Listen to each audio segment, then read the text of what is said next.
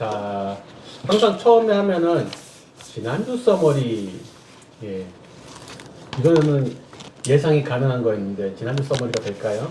사실은 이거는 지난주 마지막 끝날 때 서머리하고 같은 거거든요. 그래서 한번 생각나시는 거. 지난주 제목이 뭐였었죠? 성령에 대한 생활. 네. 지난주에는 하나님의 성령에 대한 생활이었는데, 한번 생각나시는 대로 어떤 게 생각나실까요? 성령이 무엇인지, 성령이 하시는 역할들, 네. 그렇죠? 그리고 우리는 그 성령으로 어떻게 살아야 되는지. 네. 지난주에 그런 뼈대가 이제 그런 것들이었어요, 그죠? 예. 일단 그 숲을 보면은 제일 큰 전제가 모든 그리스도인은 성령의 인도를 받는다. 그죠? 하나님의 아들이면 하나님의 영으로 인도받는 게 당연한 거다. 그래서 이제 이 아들이라고 말할 때는 친밀함과 상속자 두 가지 모두 의미한다 그랬었고요. 첫 번째 나무에서는 성령님이 어떤 분인지 설명했죠. 그래서 사람이나 귀신, 짐승의 영이 아니라 하나님의 영이시다 이렇게 했고, 성령님은 우리 자신, 내 유익을 위한 분이 아니라 그리스도의 영광을 위한 분이시다, 이제 이 얘기를 했습니다. 그 성령님을 그냥 호기심의 대상으로 여기지 말고 적극적 순종의 대상으로 여겨야 된다. 그래서 그 지시하신 것을 적극적으로 순종해야 한다. 또 네 번째 가서는 성령을 따라 산다는 게 뭔가 하면서 일단 성령의 일을 생각하는 것부터 시작되더라. 예. 생각이 결국은 그 사람을 끌고 가는 거죠. 그래서 생각하는 게 뭐냐에 따라서 무엇을 위해 사느냐가 결정되는데, 그럼 무엇을 생각하느냐는 무엇에 영향을 받는가? 무엇을 보고 듣느냐에 영향을 받는다. 이런 얘기를 했어요. 그래서 우리가 평소에 우리에게 정보를 계속 입력하고 있는 게 뭐니? TV니 핸드폰이니 아니면 뉴스 잡지니 동네 아줌마들의 수다이니 아니면 하나님의 말씀이니, 이런 것들에 따라서 결국 내 생각이 결정되어지고 내가 무엇을 따라 사는지가 크게 영향을 받는다는 거죠. 그리고 성령님 하시는 여러 가지 일들 중에서 되게 중요한 일 한 가지를 얘기했죠. 예, 생각나게 하신다. 주님의 일에 필요한 모든 것을 생각나게 하시고, 때에 맞는 주님의 말씀을 생각나게 하시고, 그러니까 성령님의 인도하시는 방식이 여러 가지가 있을 수 있는데 가장 확실한 인도의 방식은 말씀이 생각나게 하시는 거예요. 이게 빼박이에요, 빼박. 말씀이 생각나게 하죠. 그게 인도함이죠. 물론 성령님의 인도하심이란 거는 뭐 해라 마라, 가라 마라, 이게 아니라 말씀을 가지고 원리를 우리한테 알게 하신다는 거예요. 우리 기계처럼 해, 말어 이렇게 말씀하시는 게 아니라는 거죠. 그럼 기계가 되죠, 우리가. 그래서 우리가 생각할 수 있도록, 사고할 수 있도록 원칙이 되는 말씀들을 생각나게 하시죠. 그리고 또 하나는 우리에게 은혜로 주신 것들을 알게 하신다, 그렇게 했어요. 예. 우리가 은혜로 받은 게 뭔지를 모르면은 이게 우리 신앙이 망가지는 아주 위험한 순간이 될 수 있다 그랬죠. 그리고 성령님의 되게 중요한 역할 중에 하나가 중보기도자시다. 그러면서 특별히 어느 때였을까요? 예. 내가 기도도 할 수 없을 만큼 연약할 때, 그죠? 가장 연약한 순간은 돈이 없거나 아프거나 하는 순간이 아니라 기도조차 할 수 없을 정도면은 이게 가장 연약한 순간. 아무리 힘들어도 기도할 수 있으면 괜찮은데 기도도 할 수 없고 뭐라고 기도해야 될지도 모르겠을 때, 성령님께서 그런 말할 수 없는 탄식이라고 표현되어 있는 그런 깊은 공감과 위로를 포함한 중보 기도를 해주신다 그랬죠. 두 번째 나무는, 첫 번째 나무는 성령님 자신에 대한 설명이었고, 두 번째 나무는 성령을 모시는 사람에 대한 것이었죠. 그래서 가장 기본적이 된 것이 모든 하나님의 자녀는 성령을 모시고 있다. 너무 뻔하지만 이것이 너무 중요하다는 거고, 그리고 성령을 모시고 있는 모든 그리스도인은 자신이 하나님의 자녀인 것을 확신할 수 있다. 왜? 초신자가 그걸 알 수 있을까요? 알 수 있다. 그리고 마지막 10번째 문제에 가서는 하나님의 아들된 그 그리스도인들은 아들답게 살아야 한다. 왜냐하면 내 몸 안에 이제 성령이 살고 계시니까 내 몸이 아니라 성전이 되어버렸다. 그러니까 성전답게 생각이나 말로가 아니라 몸으로 순종해서 하나님께 영광 돌려야 한다. 이런 이야기들을 지난주에 했습니다. 갑자기 새록새록 생각이 나죠. 근데 교육 효과 중에서 이 얼마 전에 유튜브에서도 뇌과학에 관련된 얘기들이 나오는 걸 봤는데 사실 저도 평소에 모르고 그렇게 썼던 것 같아요. 방법을. 하나는 막 3시간, 4시간 몰빵해서 계속 꿈쩍도 안 하고 한 개만 파는 것보다는 쉬는 시간을 주는 게 괜찮은 거예요. 그래서 어느 정도 공부를 하고 거기서는 40분이 한 번에 집중할 수 있는 가장 좋은 시간이다 이렇게 얘기를 하는데 현실적이 알 수 있죠. 어찌됐건 그 정도 1시간 뭘 하고 쉬는 시간이 있어야지 이게 저장되는데 물론 가장 좋은 쉬는 건 자는 거래요. 근데 그게 안 되면 뭔가 환기를 하고 그래서 사실은 전혀 다른 성질의 공부를 갖다가 교차하면서 하는 게 좋긴 하대요. 난 오늘 수학을 끝낼 거야 해가지고 하루 종일 10시간 수학만 하는 것보다 수학 1시간, 국어 1시간, 영어 1시간 이렇게 가는 게 돼요. 그리고 또 하나 이제 기억을 높이는 것은 계속 입력만 하고 계속 듣기만 하고 계속 보기만 하는 게 아니라 끄집어내는 것을 해야 된다는 건데 가장 쉬운 끄집어내는 방법은 간단한 퀴즈를 만드는 거래요. 공부한 것에 대해서 친구끼리 퀴즈를 만들어서 풀어도 좋고 자기 혼자 퀴즈를 만들어서 풀어도 좋고 아니면 다른 사람한테 내가 공부한 걸 설명해 줘도 좋고 어찌됐건 내가 보고 들었던 공부한 내용을 한번 끄집어내는 작업을 해주는 것이 장기 기억으로 남을 수 있도록 도와준다는 거죠. 그래서 공부하고 저장할 수 있는 휴식 시간을 준다는 것과 그리고 끄집어내도록 하는 것. 근데 지금 우리가 하는 게 뭐냐면 이제 끄집어내는 거예요. 방금 서머리하고 이런 것들이 당일날 공부 끝나자마자 서머리 하는 게 뭐냐면 오늘 막 정신없이 듣고 좋다 했는데 그러고 끄집어내지 않으면은 이게 기억이 휘발될 가능성이 되게 높은 거예요. 암송 잘하는 그 단기 기억에 강한 사람들 있잖아요. 근데 그거는 단순히 단기 기억이에요. 며칠 후에 검사를 해보면은 휘발돼 있어서 근데 그것을 끄집어내 본 사람들은 훨씬 장기 기억을 오래 남는 거죠. 그래서 꼭 그것을 하시면 좋을 것 같아요. 자, 오늘 이제 4과 제목 믿음에 의한 생활. 그죠? 제목 묵상 해보셨을까요? 이 제목이 어떤 의미가 있을까? 왜 중요할까? 소희자매님은 어떠셨어요? 제목 묵상. 그럴 수 있죠. 네, 그럴 수 있죠. 그냥 믿음이 뭘까 이런 생각을. 저는 믿음에 있는 생활에서 누굴 믿어야 되고 어떻게 믿어야 되는 건지를 그래서 믿음에 의한 생활이 어떻게 해야 그렇게 되는 것인지를 여기서 좀 알려줄 수 있는 게 아닌가. 믿는다는 게 사실 여러 가지 것들이 있잖아요. 근데 여기서 믿는다는 게 어떤 걸 믿어야 되는지에 대해서 얘기해 주는 과가 아닌가 생각을 했습니다. 네, 아주 중요한 포인트죠. 그 믿음은 믿음의 내용도 참 중요하지만 믿음의 대상 혹은 믿음의 근거가 훨씬 중요해요.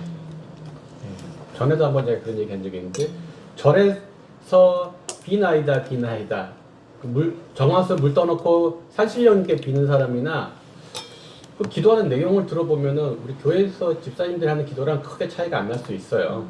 예. 근데 차이가 대상이 틀려요, 대상이. 그죠? 그래서 뭐 믿음은 단순히 세뇌가 아니라 그랬잖아요. 뭐 자기 암시 할 수 있어, 할 수 있어 이런 것도 아니고 근거가 있어야 되는데 근거 없는 믿음은 믿음이 아닌 것이죠. 예. 그래서 그 얘기를 좀 이따 하고 일단 우리 성경에 보면 이런 말이 있죠. 의인은 오직 믿음으로 살리라. 이 성경 구절이 있죠. 의인은 예, 지금 우리 좀 이제 그리스도인이겠죠. 하나님의 자녀가 된 사람은 무엇으로 사는가 했더니 오직 믿음으로 살리라. 밥 먹고 살리라. 뭐 이런 게 아니라 믿음으로 살리라. 그럼 우리가 그리스도인이 되면서 의인이 되었는데 어떻게 의인이 되었지? 생각해 보니까 믿음으로 의인이 됐어요. 그죠? 그럼 의인이 된 다음에 살아가는 것. 또 뭘로 살아가지? 처음에 그리스도인 되는 순간은 믿음이고 그 다음부터는 힘써 노력으로 그럴까요? 칭의는 믿음이고 성화는 힘써 노력으로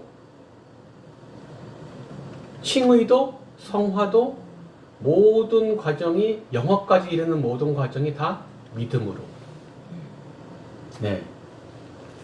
그다음에 신앙생활의 시작도 성장도 완성도 믿음을 통해서 되어지니까 예, 믿음에 의한 생활이 너무 중요하겠죠. 그래서 방금 말씀한 그 믿음의 근거나 대상을 다루게 되는데 믿음의 대상은 누구여야 되죠? 하나님. 그럼 믿음의 근거가 되는 것은 하나님의 말씀. 예. 우리가 하나님의 말씀으로 표현되어진 그분의 속성과 그분의 약속들. 예. 그게 이제 우리가 믿을 수 있는 근거가 되는 거죠. 그래서 우리에겐 절대 믿음이 필요한데 절대 믿음을 위해서 하나님에게 꼭 필요한 속성이 있어요.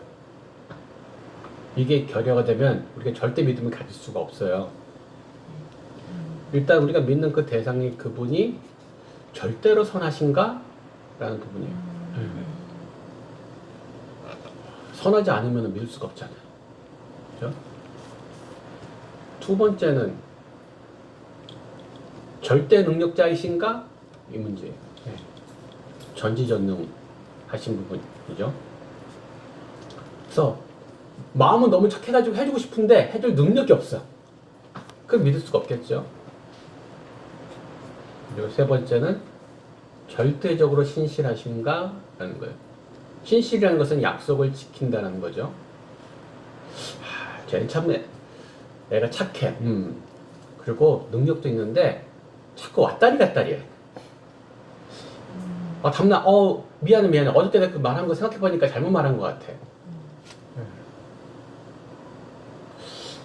아니면 까먹어. 건망증이 있어가지고. 그래서 무조건 한 말은 반드시 지키는 신실하신 분인가? 이런 것들이 우리가 그분을 절대 믿고 신뢰하기 위해서 필요한 것들인데 절대 선하심, 절대 능력, 절대 신실. 우리 하나님은 그러신가?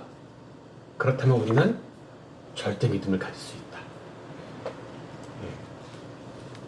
믿음의 대상은 하나님, 믿음의 근거는 하나님의 말씀. 그 말씀 안에 하나님의 속성, 그분의 약속들이 들어가 있는 것이죠.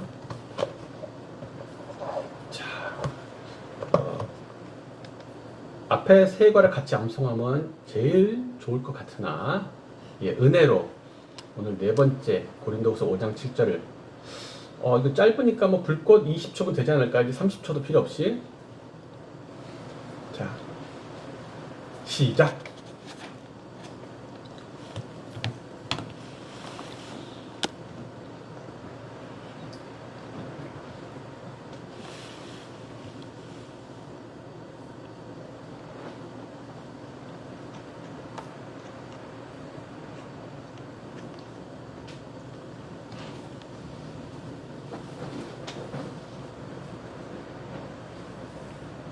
로라, 로다 이런 거 헷갈리죠. 행하지인지 행치인지. 네, 그렇게 얘기하니까 더 헷갈리잖아. 그죠? 외우고 있어. 잘 외우고 있었는데.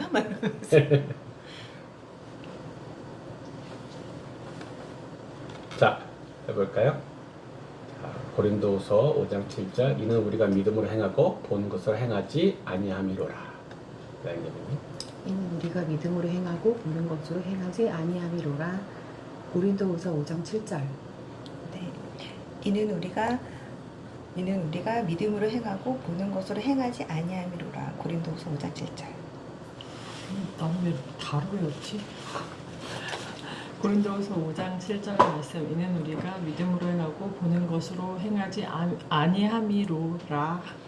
고린도후서 5장 7절 말씀. 이는 우리가 믿음으로 행하고 보는 것으로 행하지 아니함이로라. 고린도후서 5장 7절. 예. 방금 암송할 때도 우리가 잠깐 했지만 나는 왜 아니함이로다로 외우고 있었지? 굉장히 확신하고 외우고 있는 거죠.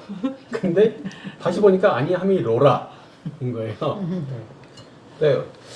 우리가 그냥 습관을 쫓아서 읽고 기억하고 이건 그냥 뭐 어미 정도이지만 아예 핵심적인 단어를 바꿔서 기억하고 있는 경우도 있어요.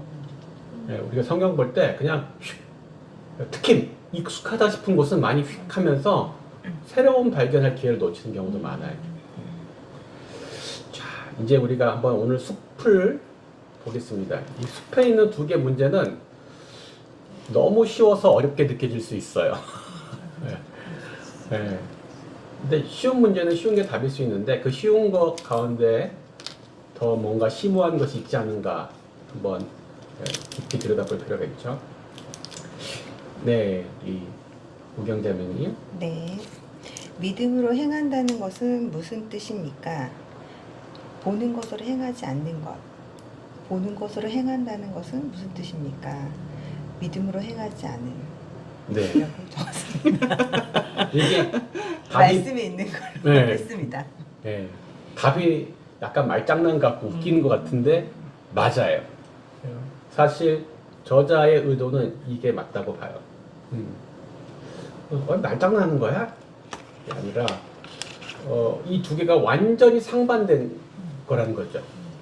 예, 믿음으로 행한다는 것과 보는 것으로 행한다는 것은 완전히 반대예요. 그러니까 겹치지가 않아요. 보면서 믿음을 행할 수 없나? 안 된다는 거죠. 예. 믿음으로 행하면서 볼 수도 있는 거잖아. 안 된다는 거예요. 그래서 이게 그렇게 완전 반대인가? 예. 자, 보는 것으로 행하지 않는다는 거죠. 믿음으로 행한다는 것이 보는 것으로 행하지 않는다. 그 보는 것은 뭘 얘기할까요?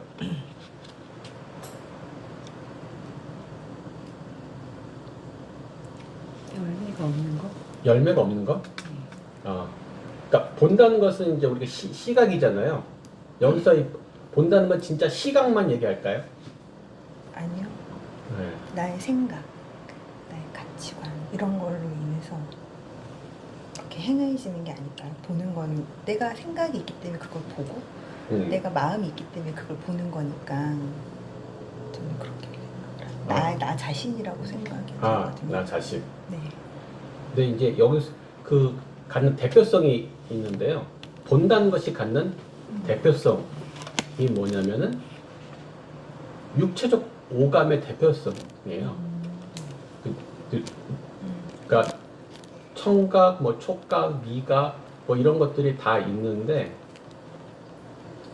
시각이 그것을 다 대표하는 거죠. 어찌됐건 나의 육체적 감각에 의해서 인지되는 것들이 이제 보는 것으로 이제 표현이 된 거죠.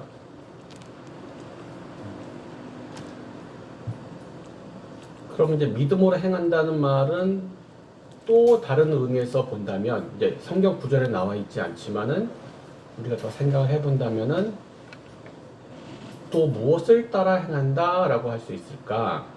혹시 생각해 보셨나요? 앞에서 우리가 좀 전에 나눴어요. 믿음으로 행한다 혹은 믿음을 따라 행한다. 이 말은 아까 믿음의 근거가 말씀이라 그랬잖아요. 그러니까 하나님 말씀 따라 행한다라는 말과 동의어가 될 수 있을 거예요.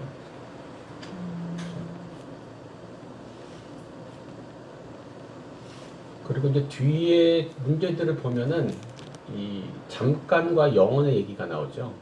그래서 믿음으로 행하는 것은 영원한 것을 추구한다라는 뜻이 되겠죠.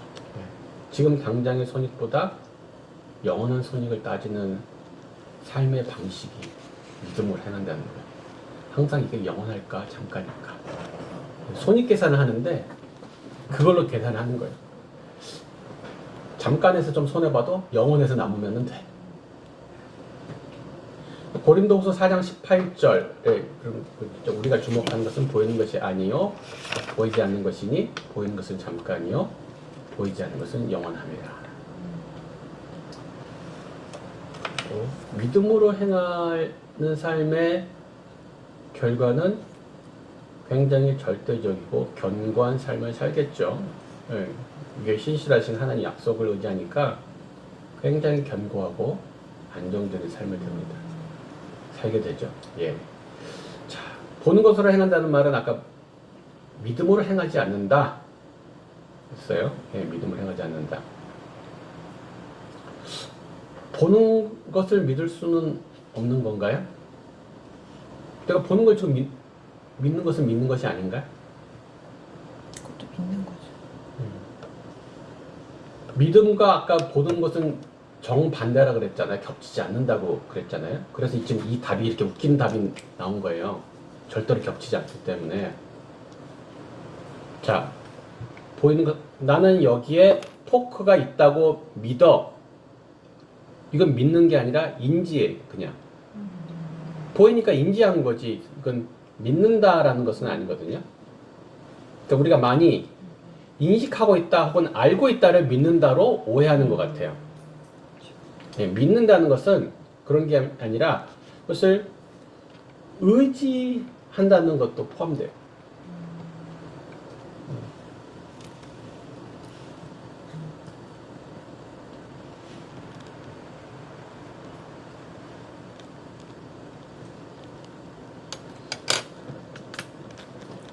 말씀이 이제 아까 정반대 모든 것이 정반대겠죠. 말씀이 아까 기준이었는데 보는 것을 행한다는 것은 오로지 현실 세계에서 내 오감에 의해서 인지되는 것만을 따르겠다는 거죠. 그리고 아까는 영원한 것을 추구하는 거에도 얘는 반대로 잠깐의 것들을 추구하는 거예요. 이 세상에서 손익만 따지는 삶이죠. 영원 낙단 거 몰라. 지금 당장이 중요하지. 그런데 그러면은 굉장히 상대적이고 불안정한 삶을 살게 됩니다. 왜냐하면 내가 의지하는 바가 쉽게 자주 변하는 환경, 조건, 사람 뭐 이런 것들이잖아요. 그렇죠? 그래서 사과의 전체 내용은 숲을 보면은 결국 믿음에 따라 행하는 삶과 보는 것 따라 행하는 삶을 대비시키는 내용이 될 거예요. 이것은 겹치지 않는다. 완전 반대되는 컨셉이에요. 교집합이 없어요. 우리는 보는 것도 아까 믿을 수 있지 이렇게 생각하면 이게 교집합이 있다라는 거예요. 교집합이 없어요.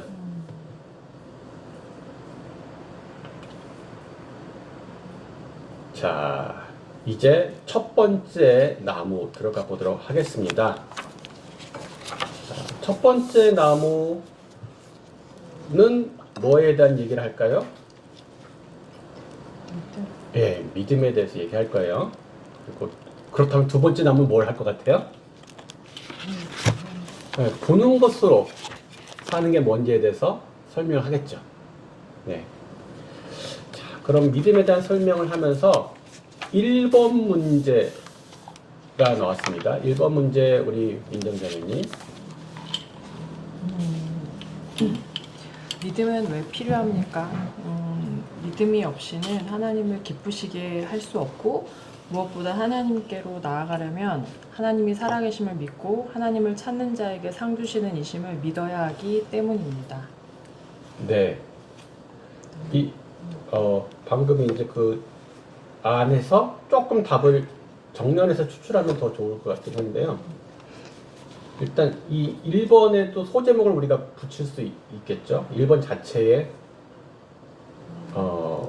제목 뭐라 붙이면 좋을까요? 이게 사실 질문이 거의 다 하고 있긴 한데 믿음의 이유? 필요성. 믿음의 필요성. 그렇죠? 그렇죠. 믿음의 필요성. 믿음이 근데 왜 있어야 되는 건데? 믿음이 꼭 필요하긴 한 거야? 믿음 없으면 안 되나?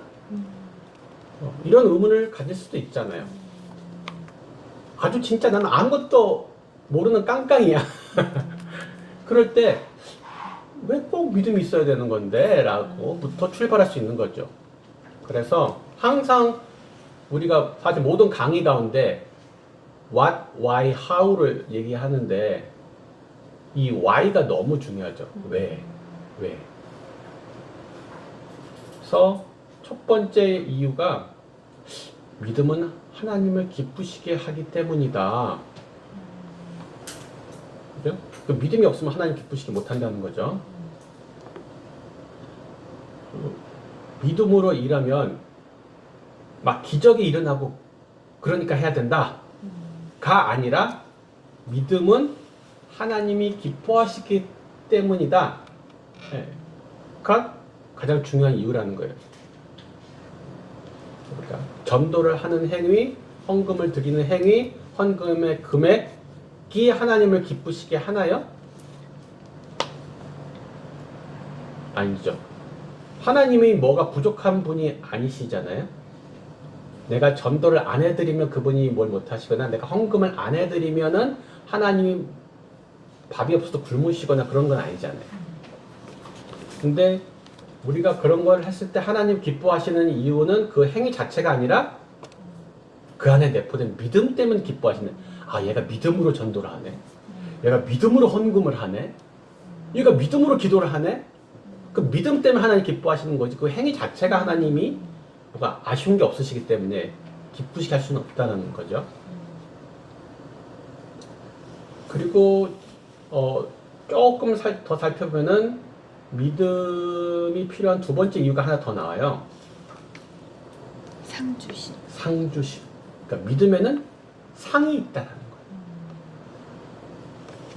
상 받고 싶어요? 상 받기 싫어요? 전 상 받기 싫어요. 가끔 그런 분도 계시긴 한데 우리는 상 받고 싶어요. 믿음으로 하나님을 기쁘시게 하면 꼭 하나님이 주시는 상이 있다라는 거예요. 이런 게 우리의 동기가 될까요? 하나님이 기뻐하신다와 상급이 있다. 이게 우리가 뭔가를 행하는 강력한 동기부여가 될 수 있을까요? 안타깝게도 많은 분들에게는 동기부여가 되지 않습니다. 그게 슬퍼요. 그것의 가치를 잘 못 느끼는 거죠. 하나님 기뻐하시는 게 그게 뭐, 내가 기쁜 게 중요하지. 지금 당장에 쌀하고 반찬이 중요한 거지 뭐. 나중에 언제 있을지 없을지도 모르는 그 상 그거 뭐.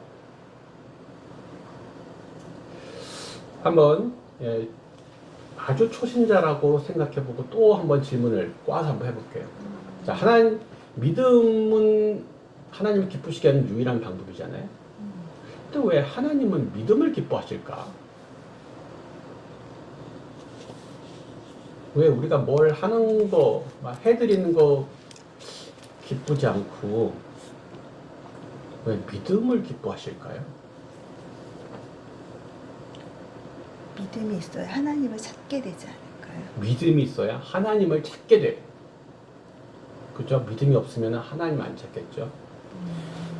이게 우리가 특히 뭐 초신자 때는 더 오래 믿어도 그럴 수 있지만 우리의 모든 사고가 항상 나중심적이라 그랬잖아요. 우리는 자꾸 내가 기쁜 거를 지금 따지거든요. 근데 하나님 중심적인 관점으로 생각해 봐야 돼요. 하나님은 내가 나타나고 내가 드러나는 것이 기쁘시지 않으세요. 하나님이 드러나고 하나님이 뭐를 갖다가 짠 해가지고 우리를 놀라게 하고 그게 하나님은 원하시는 거거든요. 소위 말하는 영광을 나타내시고 영광을 받으시는 게 그분한테는 핵심 목적이라는 거예요. 그러니까 우리가 막 열심히 하나님 제가 열심히 이렇게 해드렸어요. 좋으시죠? 그래 수고했다. 근데 그거 너 잘났다는 거네? 난 내 잘난 것 좀 표현하고 싶었는데 기회가 없네. 그래서 우리가 어떤 행위로 드러나는 것보다도 하나님이 드러나시고 하나님이 인정받으시는 것을 하나님은 더 기뻐하시는데 행위라는 건 철저히 사람 중심적이죠. 믿음은 하나님 중심적이에요. 하나님의 믿음이란 건 하나님의 영광지향적인 일이 돼요. 내가 아니라 하나님을 인정해드리고 하나님을 기대하고 하나님을 높여드리고 이게 하나님이 행위보다 믿음을 더 기뻐하시는 이유가 되죠. 그분은 본질적으로 자신의 영광을 추구하시는 거예요. 우리의 영광, 내 새끼가 잘 되지, 내 새끼가 서울대학교 가서, 하나님은 내 새끼 서울대학교 간 게 막 그렇게 기쁘지 않아요. 그것보다 더 중요한 것은 하나님이 어떻게 드러나시는가가 더 중요하신 분이세요. 그러면 또 초신자처럼 꼬아본 두 번째 질문. 왜 우리는 하나님을 기쁘시게 해야 될까? 우리 입장에서도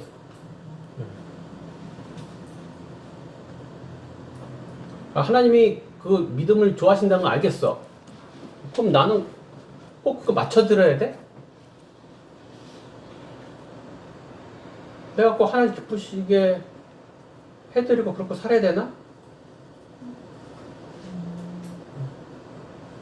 여러분들은 너무 거룩하셔가지고 그런 생각 한 번도 안 해보셨나요? 창조니까 창조주 그 기뻐 좀 당연히 그 하나님의 기쁨이 되게 창조물로 살아가는 게 목적이. 네, 좀 중요한 포인트죠. 그러니까 우리가 스스로 태어난 게 아니라 우리는 창조되었잖아요. 만들어졌다고요. 사람의 창조 목적이 뭐냐인 건데 제가 복음 세미나 때도 말하지만은 시계의 제조 목적은 시간을 잘 알려주는 거. 그죠? 사람의 창조 목적은 나를 기쁘게가 제일 목적이 아닌 거죠. 핸드폰의 제일 목적은 통신이에요. 예쁜 게 아니고.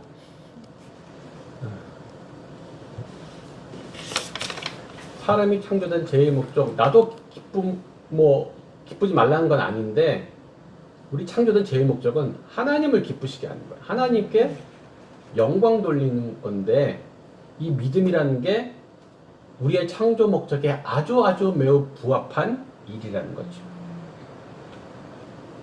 인간의 존재 목적이에요. 사람들은 외산이 있을 때 성공하려고요. 좋은 대학교 가려고요. 이쁜 섹시 만나가지고 결혼하려고요. 이것이 자기의 존재 목적인지 알지만 그렇지 않다. 우리의 존재 목적은 하나님을 기쁘시게 하는 것이 우리가 만들어진 구원받은 존재 목적이라는 거예요.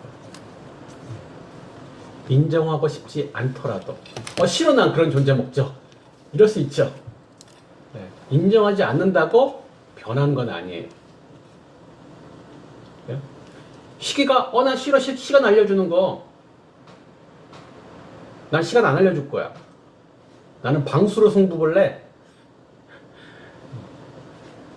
본인이 그렇게 생각할지라도 시계는 시간을 알려주는 것이 사명이랍니다.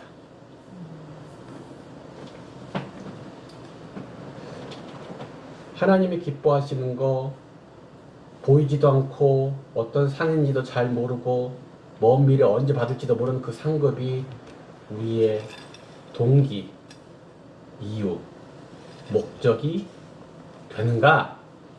그거 얘기하려고 1번 하는 거예요. 믿음의 필요. 자, 2번, 3번 문제가 이제 같이 묶이는 문제라고 할 수 있어요.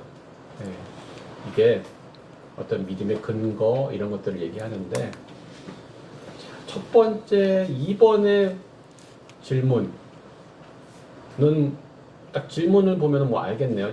2번 질문이 얘기하고 싶은 게 뭐예요? 여기서 제목을 붙이신다면 어떻게 붙이시겠어요? 2번에다가.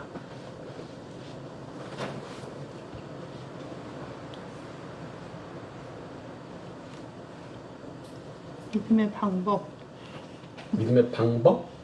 믿음의 성장 방법. 예, 성장 방법. 예, 중요한 단어가 있죠. 믿음의 성장. 그러니까 성장이라는 단어가 들어갔기 때문에 믿음은 잘한다는 거죠. 믿음은 한번 딱 주어지면 그대로 있는 게 아니라 자란다. 그러니까 믿음은 열매의 형태로 완성된 버전으로 딱 주어지는 게 아니라 마치 씨앗처럼 주어져서 자라게 되어 있다는 거예요. 믿음이라는 건. 이게 이제 믿음의 하나의 속성인 거죠. 믿음은 열매가 아니라 씨앗 형태로 주어지고 자라는데, 믿음의 성장 방법은 어떻게 하면 성장시킬 수 있지?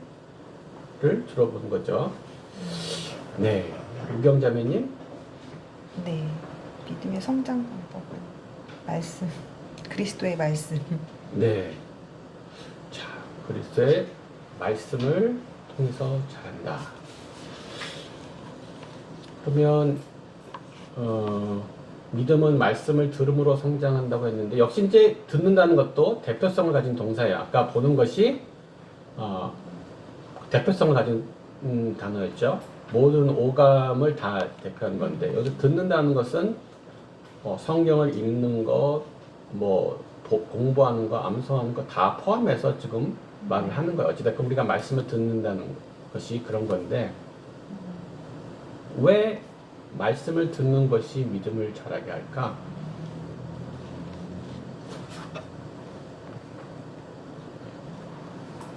왜 말씀을 듣는 것이 믿음을 자라게 할까? 너무 뻔하고 쉬운 질문인데 한번 생각해 보실까요? 들으면 그거에 대해서 생각을 해보게 돼서 성장하는 게 아닐까요? 생각을 하고 거기에 대해서 고민하고 묵상하죠. 그런데 이 말씀이라는, 아까 그랬잖아요. 믿음의 대상 혹은 믿음의 근거 얘기를 우리가 했잖아요. 믿음의 근거가 하나님 말씀이라 그랬죠. 예. 그러니까 다른 거 아무리 고민하고 생각해봤자 믿음하고 연결되는 건 아니에요. 믿음의 근거가 아니니까. 근데 방금 말씀, 믿음의 근거인 하나님 말씀을 접촉해서 생각하고 고민하고 묵상하면 그것이 이제 믿음을 자라게 하는 영향이 되겠죠. 그래서 믿음이 강화된다는 뜻은 다른 말로 생각해 보면 내 안에 하나님 말씀이 강화된다는 뜻과 동일한 거죠. 내가 아는 말씀과 약속들이 늘어나는 것은, 그 양이 늘어나는 것은 나의 믿음이 넓어지는 것일 것이고, 또 말씀에 대한 이해가 깊어진다는 것은 또 내 믿음도 깊어진다는 뜻이에요. 그러니까 믿음도 넓어지고 깊어질 수 있고 또 높게 자라기도 하고. 근데 그냥 말씀을 사실은 이제 듣기만 하는 것뿐만 아니라 뒤에도 나오지만은 결국은 그 말씀대로 행해 봤을 때 하나님을 경험하거든요. 진짜 되네? 하면서 믿음이 자라게 되는데, 일단 자꾸 들어야지, 자꾸 봐야지, 그 다음에 행하든 말든이 뭐가 오겠죠. 그럼 말씀을 듣는 거, 뭐 말씀을 보는 것들이 믿음 성장에 도움이 되는데, 그럼 다른 신앙적 활동들은 믿음의 성장하는 데 도움이 안 될까요? 뭐 기도, 교제, 찬양, 예배, 뭐 이런 것들, 그런 거 다 신앙에 도움 줄 것 같은데 유독 말씀을 너무 말씀한테만 몰빵해 주는 거 아닌가? 잘못된 길로 갈 수 있어서 그래요. 잘못된 길로 갈 수 있어서 되게 중요한 포인트네요. 아까 말했듯이 근거가 말씀이기 때문에 근거 없이 그걸로만 하면은 잘못된 길로 갈 수도 있다.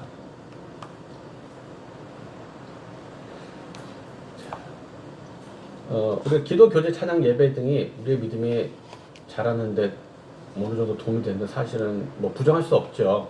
근데 사실 그 안에 들어있는 아까 말한 뭐 기도라든가 교제라든가 찬양 이런 것들 안에 말씀이 포함되어 있잖아요.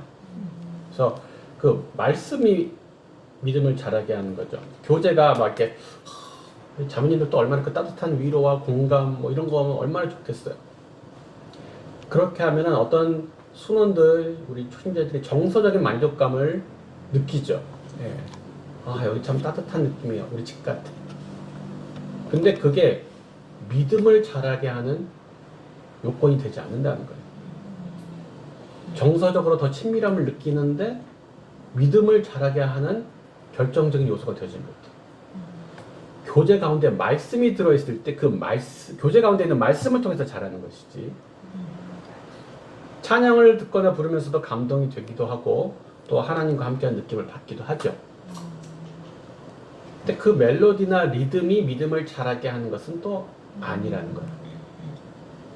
그 가사 속에 들어있는 말씀이 우리의 믿음의 성장에 도움을 주죠. 찬양만 눈물 펑펑 흘리며 해놓고는 좀 더 따뜻한 경우 많죠. 예. 그러니까 그 경우에는 하나님 말씀에 반응한 게 아니라 그냥 감정에 눈물을 흘렸을 수도 있어요. 또 기도도 그래요. 예. 말씀 없는 기도는 절에서 하는 연부라고 비슷할 수도 있어요. 그런 방향 없는 기도, 사람 중심적인 기도.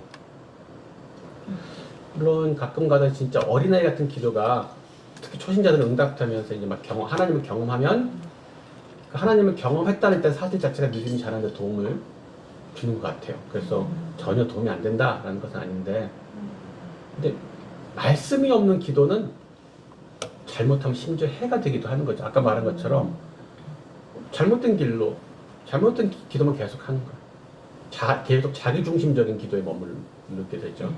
그래서 다른 신앙 활동들이 다 중요하지만 말씀이 빠진 상태에서 이게 있으면 너무 인간적인 활동들이 될 위험성조차도 있는 거죠.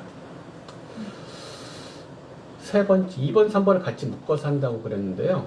뭐 비슷한 것 같은데 아까 뭐 믿음의 성장시키기 위해서는 말씀을 들어야 된다. 3번은 보니까 너무 답이 쉬운 것 같긴 한데 그래도 우리 나영자매님 빈칸에 뭐라고 적을까요? 바울은 그의 믿음의 기초를 말씀대로 이루신 하나님의 말씀에 두었습니다. 네, 하나님의 말씀에다가 믿음의 기초를 뒀대요. 그러니까 믿음의 바른 기초는 하나님 말씀뿐이다. 뭐 이런 내용을 하려고 하는데, 자, 기초라는 단어가 어느 분야의 용어라고 제가 얘기를 했었는데 기억나시나요? 건축. 네, 건축 용어라고 했죠. 그러니까 우리가 맨날 뭐 기초 중국어, 뭐 기초 수학 이렇게 써서 그러는데 원래 기초는 건축 용어예요. 기초가 뭐죠? 건축에서 말하는 기초라는 게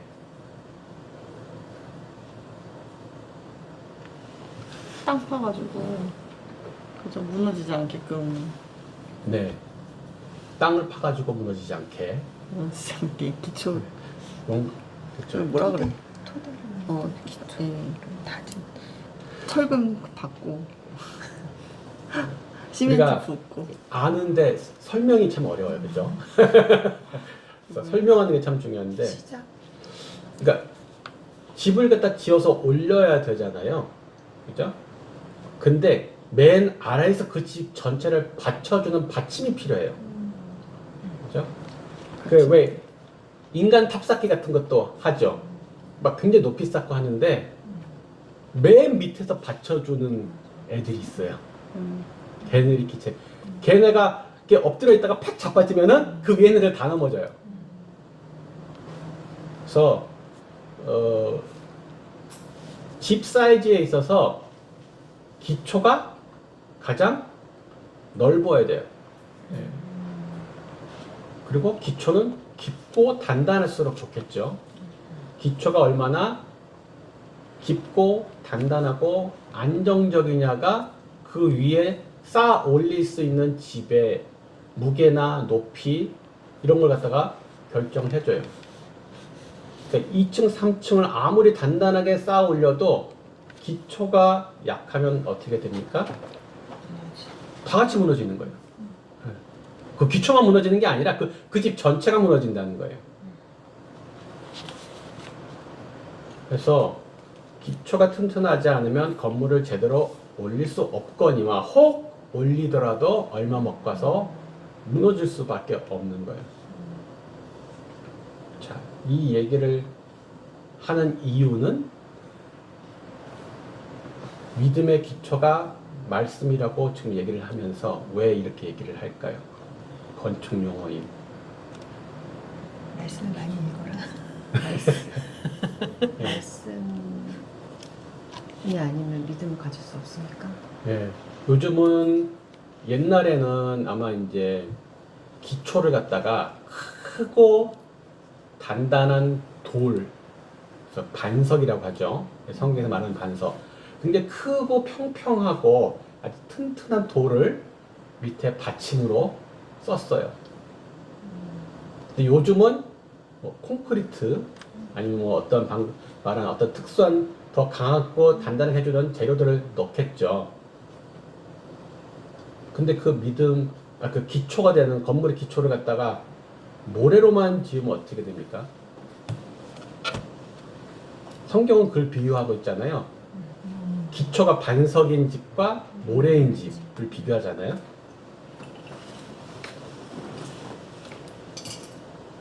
말씀은 반석이고 콘크리트고 철근인데 만약에 그것이 아닌 말씀이 아닌 모래와 같은 다른 것들로 그 집의 기초를 지으면은 문제가 된다는 거예요.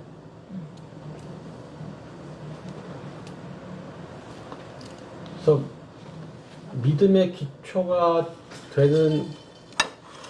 기초를 잘 놓는 것이 너무 중요한데 특히 초신자 때 기초를 놓는 거잖아요. 이거는 초신자 때만 적용되는 게 아니라 평생 영향을 미치는 거예요. 기초기 때문에. 네. 기초는 1층에만 영향을 미치는 게 아니라 100층까지 영향을 미쳐요. 그러면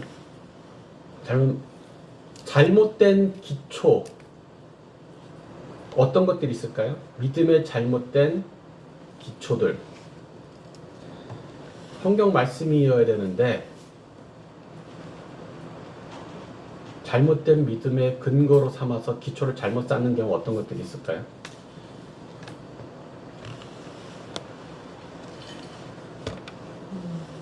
좀 균형을 이루지 못하는 거. 예를 들자면 기도를 되게 열심히 하고 네. 말씀보다 기도에 더 열심히 네. 그 외에 다른 거 뭐 봉사라든지 뭐 다른 거에 열심을 내는 그래서 기도를 하면서 뭔가 응답받기도 하고 은사를 받아서 막 체험하기도 하고 그래서 그것을 이제 믿음의 근거로 삼으면은 기초 공사가 이상하게 된다, 그죠? 또 어떤 게 있을까요? 분명히 저렇게 기초를 쌓는 분들이 있어요. 또 어떤 경우도 있을까요? 믿음의 근거를 잘못 삼는 것들. 사람. 예를 들면 같이 교인 생활하는 교인 생활. 하는 사람들의 말을 휩쓸고 그렇죠.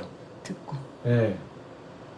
뭐 그게 목사님일 수도 있고 뭐 신앙의 선배, 뭐 집사님, 권사님일 수도 있고. 근데 우리가 지금 올해 계속 과연 그러한가? 저게 성경적이야?를 따지지 못하고 특히나 초신자 때는 그냥 오래 믿은 사람이 얘기하면 그런가 보다 하고 그 말을 믿음의 근거로 삼게 될 수 있죠. 혹은 또 교인들과의 그런 그냥 개인적 교류 관계 친밀함이 요즘 사람들은 교회 다니는 사람들이 너무 좋고 하니까 하나님 나를 사랑하시는 것 같아. 교회 갔더니 아무도 나한테 관심을 안 갖는 것 같아. 하나님도 나를 사랑하시지 않나 봐. 그 잘못된 믿음의 근거를 가진 거죠. 또 어떤 사람은 자기의 느낌과 경험을 근거로 삼기도 해요. 하나님이 나를 사랑하시지 않는 것 같아. 하나님이 이 기도를 들어주시지 않을 것 같아. 아니면 반대로 하나님이 이건 허락하실 것 같아. 다 뭐뭐 같대. 자기 그냥 생각이고 자기 느낌이죠. 약간 민정재님이 얘기한 것처럼 어떤 특별한 체험을 했어. 그러니까 하나님은 이러신 거야. 끝. 어떤 사람은 또 환경에 따라서 계속 왔다리 갔다리 해요. 네. 환경이 좋으면 하나님이 좋았다가 환경이 안 좋으면 하나님이 싫었다가 계속. 그렇죠? 그리고 한때 세상을 미혹했던 유명한 책이 있습니다. 뭐? 네? 긍정의 흠이란 책. 믿음은 곧 긍정적인 생각이라는 말도 안 되는. 믿음은 긍정적 생각이 아닙니다. 그래서 에이, 잘 될 거야. 에이, 걱정하지 마. 하나님 도와줄 건데 뭐. 그런 거 있죠. 그래서 의외로 많은 사람들이 믿음의 기초, 그 집의 기초를 갖다가 모래로 짓고 있다. 바스락거리는 집을. 당연히 그러니까 집이 안 올라가죠. 오로지 말씀만이 믿음의 바른 기초를 세워줄 수 있다. 자, 4번, 이제 4번부터 6번까지가 또 하나의 묶음이 될 것 같아요. 어떤 성숙한 믿음 혹은 참 믿음의 특징들이 뭘까를 얘기해 보는 거예요. 자, 우리 수희자매님 4번이요.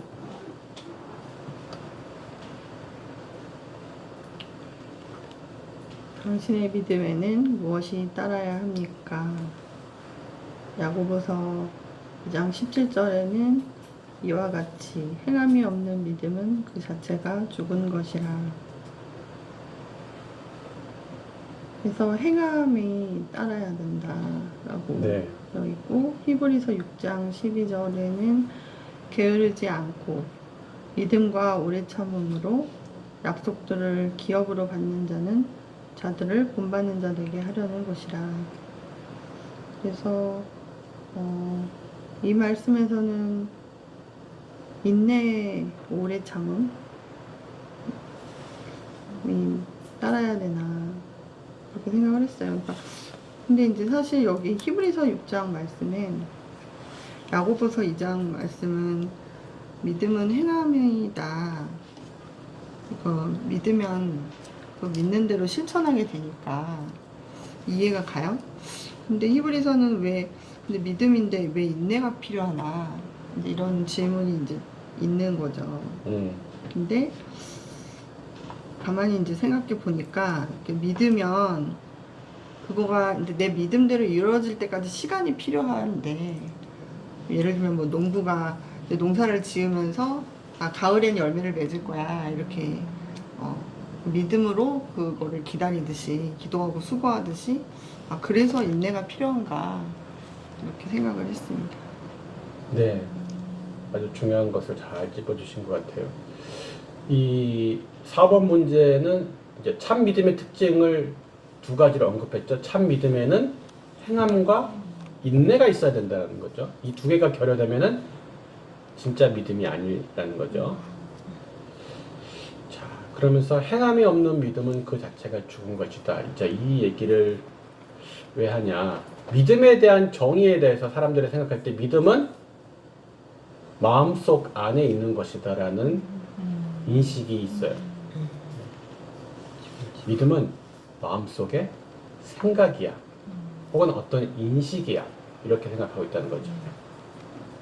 그래서 뭐 세상에서 그렇게 정의할지 모르겠어요. 그러나 성경적 믿음의 정의는 절대 그게 아니라는 거예요.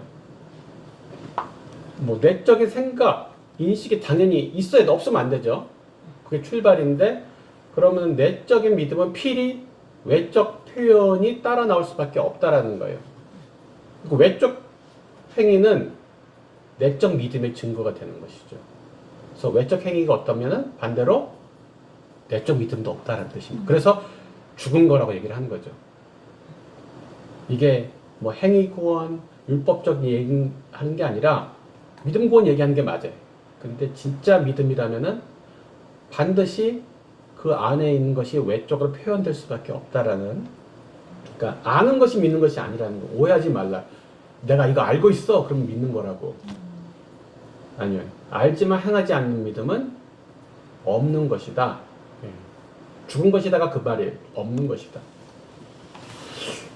그러면 이제 가끔 성경을 조금 아시는 분들이 뭐 십자가의 강도는 한 것도 없는데, 그 한 게 없는데 왜 구원받았어요? 그 사람은 그냥 마음속에 있는 믿음으로 구원받은 거 아니에요? 그런가요? 자, 손과 발이 다 못 박혀가지고 꼼짝도 못 하고 있고 얼마 못 가서 죽어버렸잖아요. 또 고백을 했잖아요. 네. 자기 행위, 말로. 그게 아닌가요? 그 십자가의 강도가 이런 말을 했죠. 예수여 당신의 나라에 임하실 때 나를 기억하소서. 누가복음 23장 42절에 있는 말씀이에요. 네. 당신의 나라에 임하실 때 나를 기억하소서. 상황을 생각해 봅시다. 일단 자기가 지금 손과 발이 못 박혀서 죽어가고 있어요. 시간 조금만 지나면 자기 죽는다는 거 알겠죠? 그리고 그 예수님은 어때요? 똑같이 옴짝달싹 못하고 죽어가고 있어요. 그런데 지금 뭐 몇 시간만 지나면 죽을 사람한테 무슨 그 사람의 나라가 임하는 것을 기대할 수 있을까요? 그 손과 발을 사용하는 행동을 할 수 없었죠. 근데 이 강도는, 이 예수님은 그냥 십자가에 못 박혀서 이렇게 죽고 끝나시는 분이 아니라는 것을 믿었고 기대했기에 그것을 말로 표현해서 구했죠. 죽는 사람한테 무슨 당신의 나라가, 죽으면 끝인데. 그죠? 그러니까 이분은 그냥 죽고 끝이 아니라는 것을 믿은 거예요. 그러니까 그것을 의탁하고 부탁을 하죠. 그래서 믿음의 행동이 있었다. 강도도. 그래서 믿음이 자라기 위해서는 말씀이 아까 필요하다고 했는데, 말씀을 많이 들었는데도 자라지 않는 사람들 아마 자세히 들여다보면 듣기만 하고 말씀대로 행하지 않아서 일 확률이 매우 높습니다. 이제 두 번째 참 믿음의 요소로 오래 참음, 인내를 얘기했는데, 방금 아까 우리 수희자매님이 날카로운 질문을 잘했어요. 근데 왜 꼭 오래 참아야 되는데? 왜 인내해야 되는데? 그러니까 역시 믿음이 뭐냐는 거에 이제 정의의 문제, 계속 아까는 Y가 나왔지만 What의 문제죠. 믿음이 뭐길래 오래 참아야 되지? 믿음은 순간적인 기대인가요? 믿음은 순간적으로 완성되는 건가요? 지금 믿습니다! 그럼 이 믿음이 완성된 것이냐? 믿음은 장기적인 신뢰예요. 순간적으로 잠깐 내가 지금 30분 믿었어. 내가 1시간 바짝 믿었어. 이렇게, 이게 믿음이 아니라는 거예요. 근데 그게 왜 그러냐? 아까 말한 대로 이 믿음의 특징이 뭘 믿느냐 그랬는데, 하나님의 약속을 믿는 거잖아요. 그러면 약속을 믿는다면 결국 뭘 보려는 거예요? 약속의 성취를 보려는 거죠. 이제 약속과 현실 사이에는 큰 갭이 있잖아요. 그래서 그것이 성취될 때까지 시간이 걸려요. 우리가 믿는 게 약속이기 때문에 약속이 이루어질 때까지의 시간이 있는데, 그래서 성취될 때까지 믿는 거예요. 약속이 이루어질 때까지 믿어요. 그래야 믿음인 거예요. 믿다가 중간에 말면은 약속의 성취를 못 봐.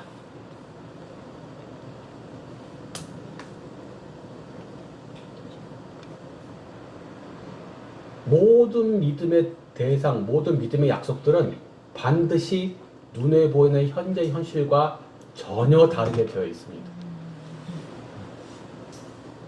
지금 눈에 보이는 현실과 똑같으면 약속을 할 필요 없겠죠. 이미 돼 있는데 뭔 약속을 해줘요. 지금 이 상황에서 내가 너에게 호주에서 온 고기 파이를 주마 라는 약속을 하나님께서 하실 필요가 그 약속은 하나만 해. 나 여기 있는데 그냥 먹으면 되는데. 이게 없는데 나한테 그 말씀을 해주셔야지 그 약속이 되죠. 그러니까 맨날 무슨 하나님, 내 지금 주위 환경을 보면 택도 없는데 말도 안 되는데 무슨, 그게 너무 당연한 거예요. 눈앞의 현실과 같으면 약속 필요 없어요. 모든 약속은 반드시 현실과는 전혀 다르게 되어 있고 엄청 차이가 많이 난다. 그래서 믿어야 되거든요. 그래서 그 약속이 성취될 것을 내가 순간적으로 한번 인정하고 마는 게 아니라 이루어질 때까지 심리적으로만 그 믿음을 유지하는 게 아니라 성취될 때까지 그 약속을 따라서 행동을 지속하는 걸 말해요. 그게 인내예요. 그냥 속으로만 나 포기하지 않을 거야 라고 유지하고 있는 게 아니라 행동으로 계속 그것을 지속하는 게 인내죠. 그래서 도대체 언제까지 믿어야 돼요? 도대체 언제까지 내가 이 짓을 해야 돼? 하나님의 말씀이 성취될 때까지. 그러니까 성경에 인내하라, 뭐 경고해란 말이 그렇게 자주 나오는 게.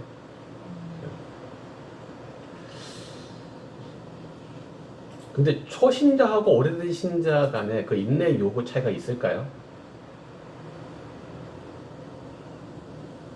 여러분들 경험상 어떠세요? 초신자일 때와 오래된 신자일 때 인내 요구 차이가 좀 있는 것 같아요. 네. 믿음 성장하기 때문에. 애들한테 이 앞에 놓고 먹지 마. 10분 있다 먹어. 그 10분 참는 게 애들한테 너무 힘들어. 어른들한테 10분 참다가 먹으라는 게 아무 일도 아니죠. 근데 초신자에게 하나님이 하시는 배려인 것 같아요. 믿음이 어리고 또 인내심이 부족한 것을 아시기에 초신자 때는 뭔가 빨리 성취되어지거나 응답되는 것을 경험하는 확률이 좀 더 높은 것 같아요. 근데 믿음이 성숙할수록 하나님이 원하시는 것은 이제 어떤 어려움과 유혹에도 흔들리지 않는, 포기하지 않는 견고한 믿음. 그래서 이상하게 예수 믿으면 오래되면 오래될수록 기도가 빨리 응답 안 되는 것 같죠. 그렇죠. 왜 그렇게 오래 기도해야 되는 제목들만 많아지는 거야? 옛날에는 빨리빨리 그냥 제깍제깍 잘 되더니. 네. 하나님 입장에서는 이게 되냐 마느냐보다 중요한 게 우리의 믿음이 얼마나 단단해지고 견고해지고 흔들리지 않느냐. 그게 훨씬 더 중요한 문제이기 때문에 그 연단을 시키시니까 점점 그런 일들이 많이 생기게 되죠. 예. 그래서 원래 그런 거다.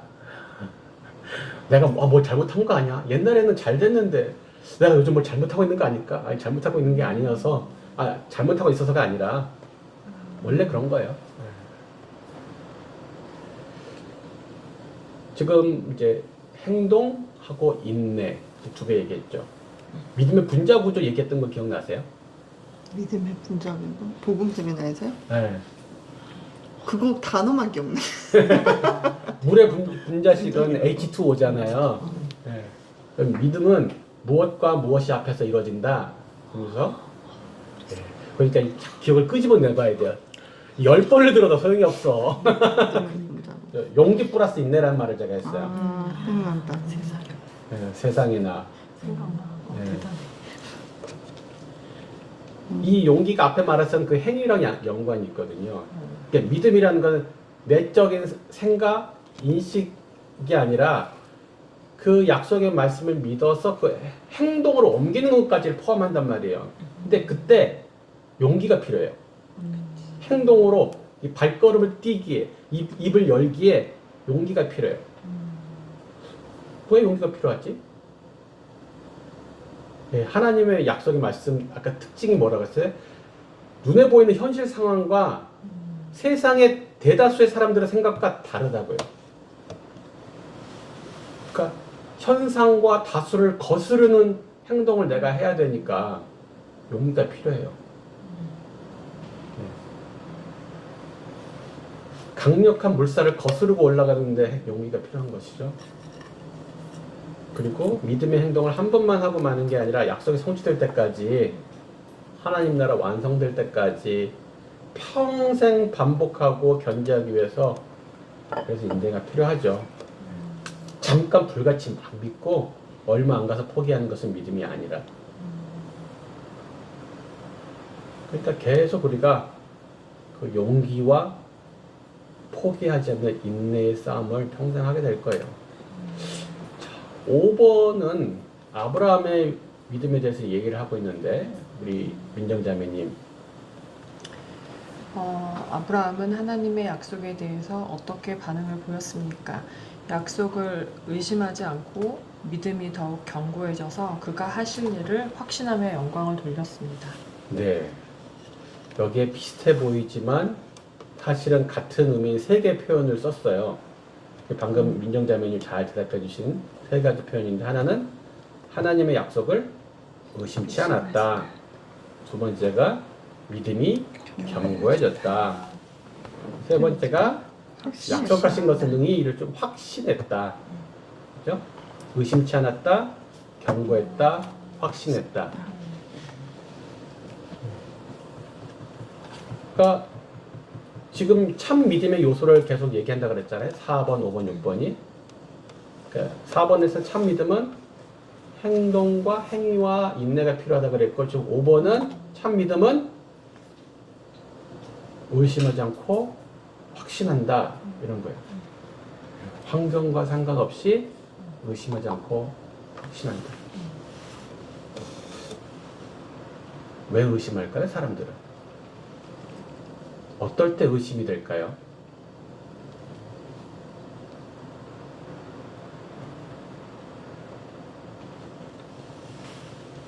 현실이 너무 다르니까 보이지 않고.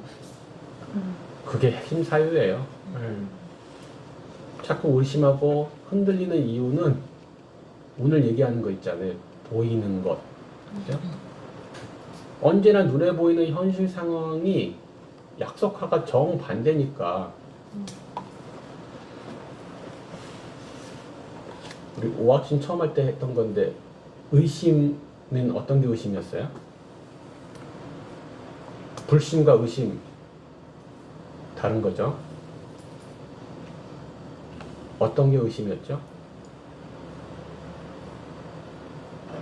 기억나세요? 오학신 일과 할 때 우리가 한 건데, 불신은 아예 안 믿는 거거든요. 근데 의심은 100%가 아닌 모든 게 의심이에요. 99.999% 믿는 것도 의심이에요. 사탄의 목적은 우리를 불신케 하는 게 아니라 의심케 하면 되거든요.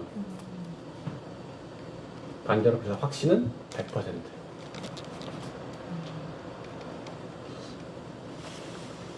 이 의심이라는 것은 약속과 눈에 보이는 현실 사이에서의 갭 때문에 발생하는 건데, 말씀과 현실의 충돌이 너무 당연하죠. 자, 그럼 아브라함이 당면한 그 약속과 현실 사이의 갭은 뭐였을까요? 그를 흔들 수 있고 의심하게 만들 수 있었던 요소들이 있었는데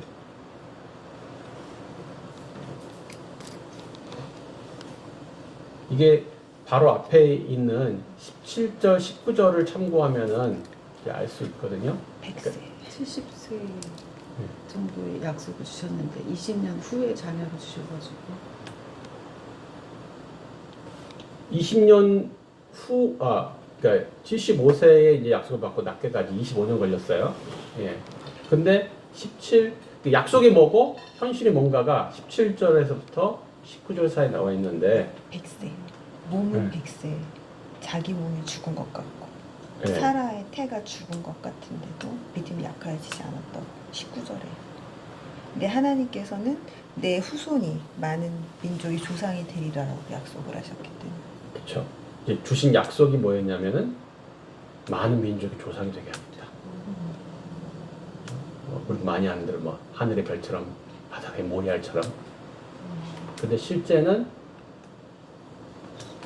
자기가 100세가 되고 아내는 폐경을 했어요. 생물학적으로 이제 불가능한 상태죠. 그런데 의심하지 않았대요. 이상하네 이 사람. 자기가 100세 된 건 그렇다 쳐도 아내가 폐경을 했는데 뭘 어떻게 해? 의심하지 않았대요. 이 사람 되게 특이하네. 아브라함 우습게 볼 게 아니에요. 와이프가 90세 폐경을 했는데 의심을 하지 않았다잖아요. 지금 이 본문은 이제 아들이 생기기 전만 얘기하고 있지만 사실은 이 많은 민족의 조상이 되게 하겠다는 이 약속을 의심할 만한 일들이 그 뒤에도 계속 일어나요. 또 언제 결정적인 사건이 일어났냐? 네 아들을 바쳐라.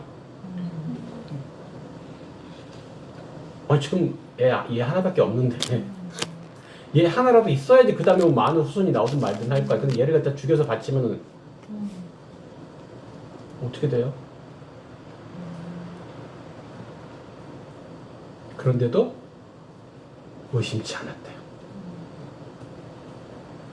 그래서 거기에 대해서 신약의 해석이 나오죠. 그 아들을 죽여서 바칠지라도 하나님은 걔를 다시 살려서라도 약속을 이루실 걸 믿었다는 거예요. 죽은 자도 살리시는 하나님이시기 때문에 그것까지 생각한 거예요. 그 당시 이미. 죽이더라도 하나님은 뭔가 방법이 있을 거야. 믿음의 조상이라고 할 만한 이유가 있는 거예요. 어마무시한 거예요, 이 믿음. 자, 그럼 죽기 전에 이제 죽을 때가 다 됐어요, 아브라함. 그럼 그 약속이 이루어졌어요? 아니요.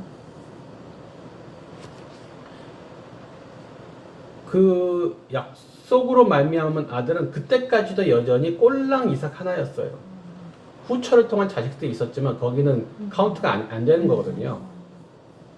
하나님이 약속으로 주신 아들은 딱 하나예요. 이삭 하나. 죽을 때 그러면은 포기했어요. 이제 안 돼. 내가 죽을 때가 다 됐는데 이제 무슨 소망이 있겠어. 그리고 하나님이 약속하신 게 아들만 있는 게 사실은 아니죠. 또 약속하신 게 땅이거든요. 땅. 약속입니다. 가나안 땅에서 자기 소유의 땅 뭐 있었어요? 아니요. 죽을 때가 되었을 때 아브라함에게 남아있는 자기 땅. 무덤. 이 등기가 되어 있는 자기 땅 딱 하나 있었죠. 무덤으로 산 막벨라 굴이라. 그 막벨라 굴과 덤탱이 쓰고 같이 산 그 부지. 덤탱이로 산 거거든요. 저기서 쓸모없는 땅 갖다 붙여가지고 팔아가지고. 그래도 의심치 않았다. 이해가 안 되는데. 아브라함의 이런 의심치 않는 확신은 어떻게 생겼을까요? 저는 그렇게 생각을 해요. 어쨌든 아브라함이 그 아내 사라랑 어디 나라 들어갔을 때 자기 누이라고 속이잖아요. 근데 하나님이 나타나셔서 건드리지 말라고 왕에게 얘기하잖아요. 그때 전 아브라함이 아 진짜 하나님이 살아계시는구나 한번 경험한으로 약간 좀 달라졌다고 저는 생각을 했거든요. 그래서 믿음이 계속 성장을 했기 때문에 나이가 들어서도 그렇게 의심치 않았던 게 아닌가 생각이 들어요. 하나님께서 그런 표징들을 계속 보여주시면서 인내하고 기다리는 시간 동안 성장을 해서 아닐까요? 만약에 갈 때 우리에서 떠나는 날 하나님께서 네 아들을 바쳐라. 바칠 수 있었을까요? 아니요. 못 바쳤을 거예요. 그죠? 근데 하긴 그때 음. 말 끊어 죄송해요. 네. 하긴 그때 그를 가서 그 땅에 가는데 기근이 있어서 애굽으로 넘어갔다. 넘어가요. 그때만 해도 아브라함이 그치? 믿음이 이 하나님이 부르신 게 오래되었지만 하나님이 계속 중간중간에 나타나시고 약속을 주시고 또 약속 주시고 그리고 그와 동행하시는 뭔가 자꾸 어떤 일들을 해주세요. 그죠? 그래서 하나님과의 만남, 소위 경험들이 누적되었어요. 아까 믿음이 자란다 그랬잖아요. 말씀을 듣고 경험하고 말씀을 듣고 경험하고 이게 누적이 돼야지 믿음이 자라거든요. 이제 말만 계속 들은 게 아니라 하나님 말씀하신 대로 하나님이 실제로 행하시는 분이네? 그런 능력이 있으신 분이네? 그냥 헛소리 하시는 분이 아니시네? 이걸 갖다가 계속 몇십 년간 누적하면서 경험한 거예요. 그러니까 우리도 누구도 처음부터 산을 옮길 만한 믿음이 그냥 뚝 생기는 게 아니라 조금씩 조금씩 하나님을 경험하는 것이 쌓이는 건데 예, 그게 이제 말씀을 따라 순종을 해보면은 경험이 되어지고 말씀 약속대로 기도했더니 응답되어지고 그런 것들이 계속 하나님에 대한 경험 만남이 누적되는 과정들이죠. 자, 6번에 또 참 믿음에 대한 또 다른 요건을 얘기를 합니다. 예, 우경자매님 차례인가요? 예. 네. 당신이 여러 가지 시험을 만나면 왜 온전히 기뻐해야 합니까? 네. 믿음의 시련이 인내를 만들고 인내를 온전히 이루면 조금 더 부족함이 없게 하시는데 전 여기서 조금 더 찾아보면 인내라는 것은 그 로마서 5장 3절 4절에 보면은 결국은 소망 예수님께로 되기 때문에 그 인내가 그래서 온전히 이루는 게 중요하다라고 생각을 했어요. 네. 그래서 인내를 온전히 구비하면 조금 더 부족함이 없게 하신다고. 그래서 믿음의 시련은 부족함이 없게 하시는 거라서 기뻐할 수 있다라고 그렇게 생각을 했습니다. 네. 지금 참 믿음의 요소를 얘기를 하고 있는데 아까 이제 참 믿음에 인내가 있어야 된다 그랬단 말이에요. 근데 인내를 어떻게 만드냐 했더니 시험 혹은 시련을 통과하면서 인내가 생기더라는 얘기를 하고 있어요. 그러니까 진짜 믿음은 시련을 통과하면서 만들어진다라는 거죠. 편안한 환경 가운데서 인내가 생기지 않는다는 거예요. 그게 불가능하다. 원래 인내란 단어 자체가 힘든 것을 견디는 의미잖아요. 편안할 때는 인내라는 게 발생을 안 하잖아요. 필요가 없잖아요. 그러니까 어차피 힘든 상황을 견딜 때 인내가 발생하기 때문에 우리한테 믿음의 인내를 만들어 주셔야 된다 하나님께서는. 그게 참 믿음인데 그러기 위해서 시련을 우리한테 주신다. 그래서 이것을 가지고 불평하지 말자. 시련을 통과해야지만 참 믿음, 인내를 가진 믿음이 만들어지는데 뭐 인내가 뭐 그리 대단해? 인내가 그리 대단한가요? 뭐 인내 있으면 뭐가 좋은데 인내를 온전히 이루면 뭐라고 돼 있어요 뒤에 성경에 방금? 온전하고 구비하여 조금도 부족함이 없게 하는 네. 나와 있어요. 구비하여 예, 그러니까 뭔 뜻인가요? 한국말로 잘 익숙하지 않죠. 저는 중국어를 하니까 이게 뭔 소리인지 저는 아는데 뭐 세번역이나 영어 성경을 보면은 그것은 이제 성숙하다 혹은 어른스럽다 뭐 이런 뜻이에요. 사실 이제 한자로 갖출구 준비할 비자예요. 구비가 네, 갖춰서 준비하는 건데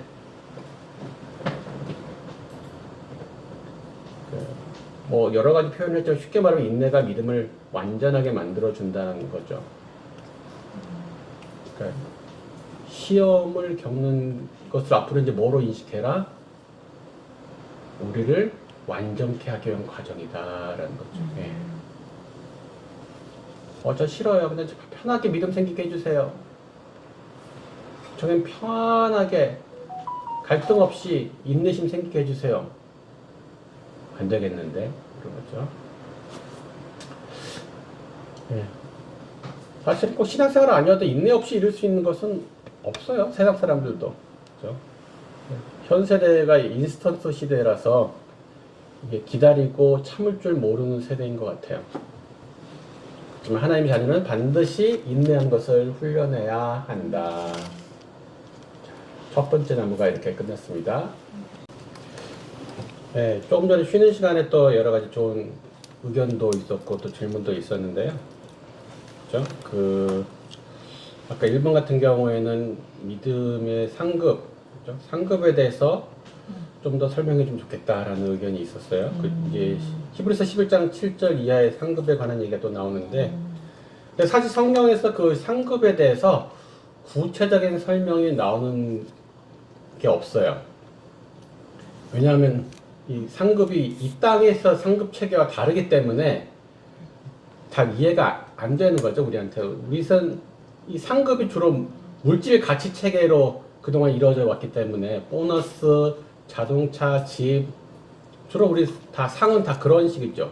물질적 상급이 주어지는 거. 근데 하나님 나라에서 상급 체계는 물질 체계로 이루어지는 게 아니라서 예. 사실 하늘 나라에서 제일 가치 있는 것은 뭐 뒤에도 얘기하겠지만은 하나님과의 친밀함, 관계가 그리고 성경에서 말하는 상 혹은 기업이라고 말하는 것은 어떤 특정한 집이 몇 채다, 한 나라에 가면 차가 몇 대 있을 거야 이런 개념이 아니라 그 이슬람은 그렇게 얘기를 하죠. 부인이 진짜 뭐 어떤 예쁜 처자들이 40명이 너를 갖다가 수종들 거야 이런 식으로 수령하고 계량화해서 얘기하는데 성경에서 말하는 것은 그냥 하나님 나라 전체예요. 아버지가 왕이시기 때문에 아버지의 나라가 통째로 내가 유업으로 기업으로 받게 되는 거죠. 그리고 또 그 얘기를 하셨죠. 이게 기뻐하랬는데 시험을 당하면 기뻐하랬는데 어떻게 기쁘냐? 기쁠 수가 있겠냐? 근데 감정적으로 기쁘게 될 것이다 라고 말씀하신 게 아니라 네가 의지적으로 기쁨을 선택하라는 명령이시거든요. 범사에 감사하라는 것도 역시 같은 맥락이에요. 이것도 네가 감사하게 될 것이다. 막 감사가 네 안에서 막 샘솟을 것이다. 이런 감정적인 발현을 갖다가 예언하신 게 아니라 감정적으로 정서적으로 그러지 않을지라도 너는 그것을 믿음으로 선택하라는 명령이신 거죠. 그러니까 저는 제가 얘기했던 뭐 억울한 해고를 당했을 때도 뭐 공안한테 체포돼서 추방을 당할 때도 감정적으로 막 감사해서가 아니라 감정적으로 기뻐서가 아니라 믿음으로 그때 기쁨을 선택하고 또 감사를 고백을 했었거든요. 그러니까 여기서도 믿음의 선택을 요구하는 것이다. 그리고 아까 이런 거 얘기할 때 우리 뭐 믿음의 시련을 겪었던 간증들 혹은 또 그럴 때 인내했었던 간증들을 같이 나누면 좋을 것 같다라는 의견이 있었는데 당연히 모든 문제마다 그런 사실은 사례들 간증들을 나누면은 다 좋을 것 같아요. 이제 두 번째 나무, 보는 것으로 하지 아니함이로다. 이제 보는 것으로 행하는 것에 대한 설명을 할 것 같아요. 자, 7번 문제 우리 나영자매님 해주실까요? 네, 고린도후서 4장 18절을 읽고 보이는 것들과 보이지 않는 것들을 비교해 보십시오. 그래서 보이는 것들은 이 땅에 있는 것들이고 보이지 않는 것들은 영생과 믿음으로 사는 거라고 했는데, 이제 보이는 것들이 잠시 잠깐 있는 것들이고 보이지 않는 것들은 영원한 것과 천국과 예수님이라고 생각해 봤어요. 네. 여기에서 이제 보이는 것을 따라 살면 안 되는 첫 번째 이유를 설명을 해요. 왜 우리가 보이는 것 따라 살면 안 되지? 그러면서 보이는 것과 보이지 않는 것의 특징을 얘기를 했습니다. 그 특징이 뭐냐면은 잠깐과 영원이라는 특징이에요. 예. 이때 이제 보이는 것과 보이지 않는 것을 한번 이것저것 나눠봐도 좋을 것 같아요. 자, 보이는 거 어떤 것들이 있나요? 저는 말씀에서 찾아봤는데 그 뒤에 이제 앞에 16절에 보면은 겉사람, 예. 17절에는 환란 네. 이런 게 보이는 것 같고 보이지 않는 것은 속사람, 하나님의 영광 이렇게 생각을 좀 했습니다. 네. 공기, 전기, 세균 이런 거는 보이는 건가요? 보이지 않는 건가요? 공기와 보이지 않는 것. 여기서 말하는 보이는 것이라는 것이 우리 사람의 육체 눈으로 보이지 않는 것을 말하는 걸까요? 자, 공기, 전기, 세균 볼 수 있습니까? 없습니까? 없어요. 보기 힘들죠. 특수 장비를 사용하면 볼 수 있죠. 네, 세균을 현미경으로 쓰면 볼 수 있고, 공기도 사실은 전자현미경으로 그 안에 있는 분자들이 관찰이 돼. 전기도 사실은 관찰이 되죠. 근데 여기서 말하는 보이는 것은 사실 물질 세계를 대표하는 거예요. 아까 계속 말하죠. 대표성을 띈 단어들이 있다고. 또 보이지 않는 것은 그렇다면 반대로 영적 세계를 대표하겠죠. 물질 세계의 눈으로는 관찰할 수 없는 것들이 영적 세계들이죠. 그런데 이제 이 제목이 보이는 것을 따라 살면 안 되는 이유예요. 그냥 잠깐이다, 영원이다, 이거 답 달려고 하는 게 아니에요. 보이는 것을 따라 살면 안 되는 이유가 잠깐이기 때문에 안 된다는 거야. 가 이 문제가 의도하는 바예요. 그럼 왜 보이는 것을 따라 살면 안 되나? 유효성이 잠깐밖에 안 되기 때문에 보이는 것을 따라 살지 말라는 거거든요. 그럼 또 삐딱한 질문도 할 수 있죠. 아니, 잠깐 좋은 것을 위해서 살면 안 되나? 잠깐 좋은 것들 계속 이어서 하다 보면 그 평생 행복한 거 아니에요?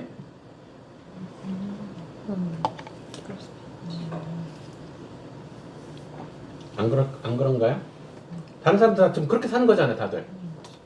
요즘 애들 네, 다 잠깐 지금 이거 좋고, 잠깐 이거 좋고, 그렇게 이렇다 보면 평생 행복한 거야. 근데 그 평생이 이제 사실은 죽고 나서의 그걸 보장할 수 없잖아요. 죽음이요. 그러니까 사람이 이 땅에서 사는 그 7, 80년이 전부라면 그렇게 살아도 됩니다. 그죠? 근데 문제는 모든 사람은 영원히 산다라는 거예요. 안 믿는 사람도 영원히 살죠. 그러니까 인간 자체가 영원히 사는 존재이기 때문에 영원한 것을 추구해야 된다는 거예요. 그리고 이 땅에서 그 7, 80년 이 땅에서 사는 동안에 내가 무엇을 쫓았느냐에 따라서 영원한 삶이 결정이 되죠. 7, 80년 살고 끝나면 그냥 잠깐의 것을 쫓아 살면 되죠. 왜 안 되겠어요? 근데 그때 잠깐의 것을 쫓아서 살면은 그 뒤의 삶도 거기에 연결된 삶을 사는 것이죠. 근데 그 잠깐이라는 게 도대체 얼마를 잠깐이라고 하는 걸까요? 몇 시간? 몇 달? 몇 년? 어떤 게 잠깐에 해당될까요? 잠깐의 범위? 이 살아가는 죽을 때까지 생을 마감할 생을 생애 마감할 때까지. 자, 그럼 우리가 한 80년 산다 치었을 때 80년보다 좀 더 긴 것들도 있잖아요. 산과 강, 태양, 별. 얘는 잠깐 아닌 거네요, 그러면은.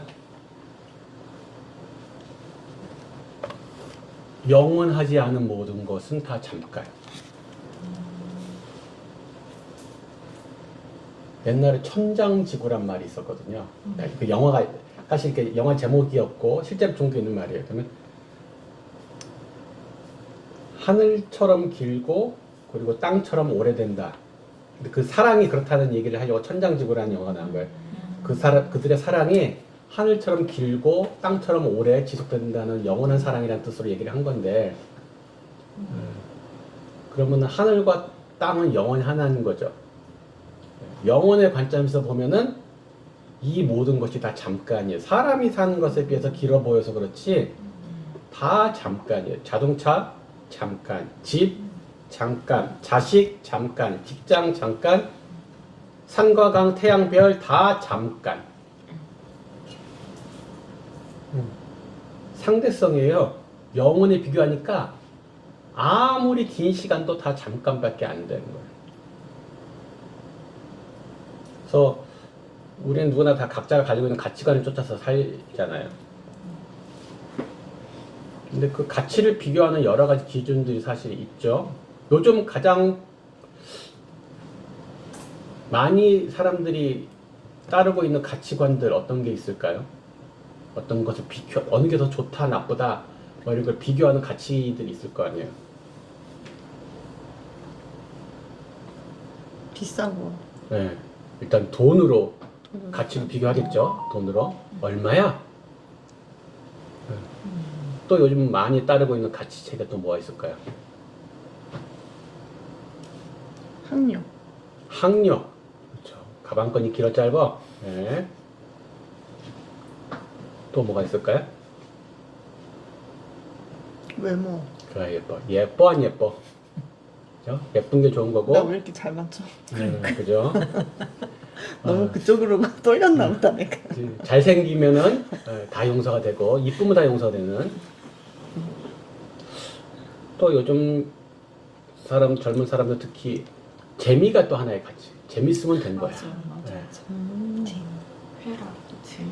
재밌으면 된 거예요. 쾌락. 그죠? 뭐 편리한 게 더 좋은 거다, 큰 게 더 좋은 거다, 맛있는 게 더 좋은 거다, 뭐 여러 가지가 있겠죠. 근데 이게 전부 다 잠깐의 가치관들이에요. 잠깐. 그러니까 하나님 관점에서의 가치 기준은 영원해, 아니야. 하나님과 친해, 안 친해. 하나님 입장에서 따질 수 있는 게 그것밖에 없어요.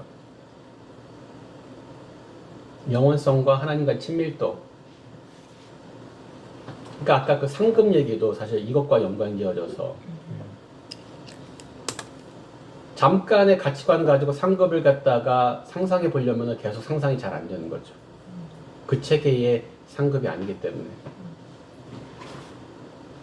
이 보이는 것이 보이지 않는 것을 결정하는 게 아니라 보이지 않는 것이 보이는 것을 결정합니다.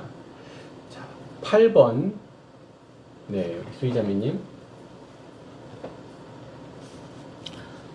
보는 것으로 행했을 때 어떤 결과를 초래합니까?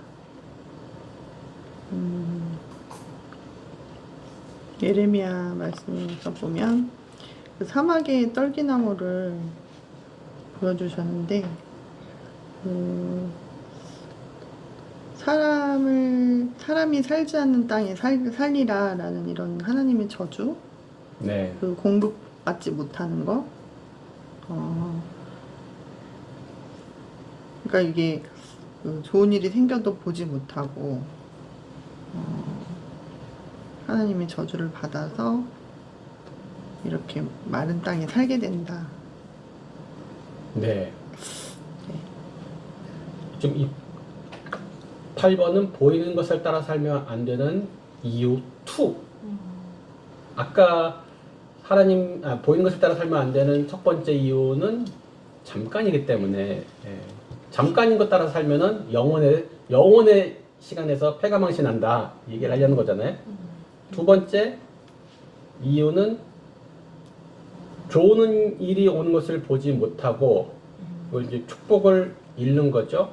그리고 사람이 살지 않는 땅에 살게 된다. 저주를 받는 거죠.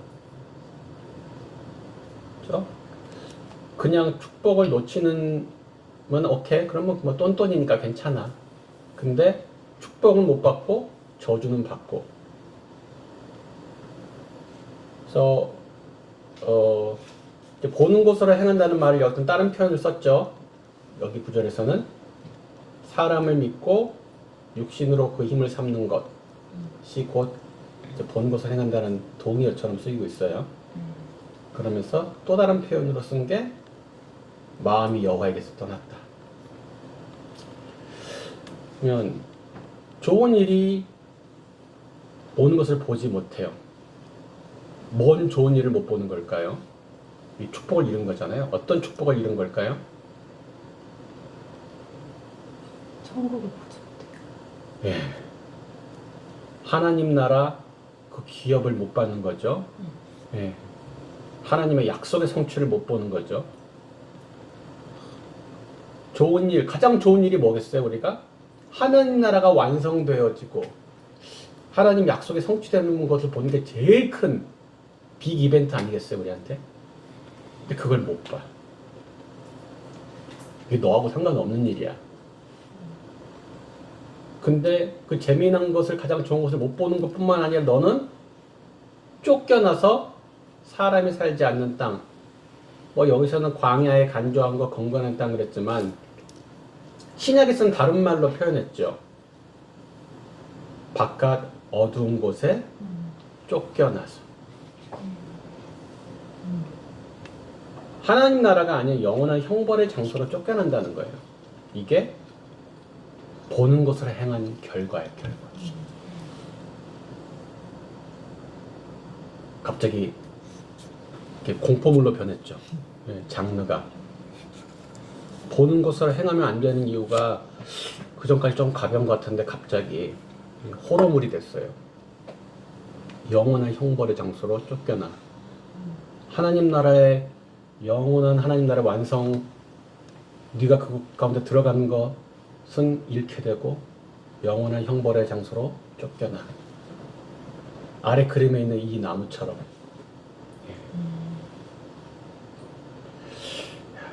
사람들이 보이는 것이 영원하지 않고 잠깐이라는 거 모르나요?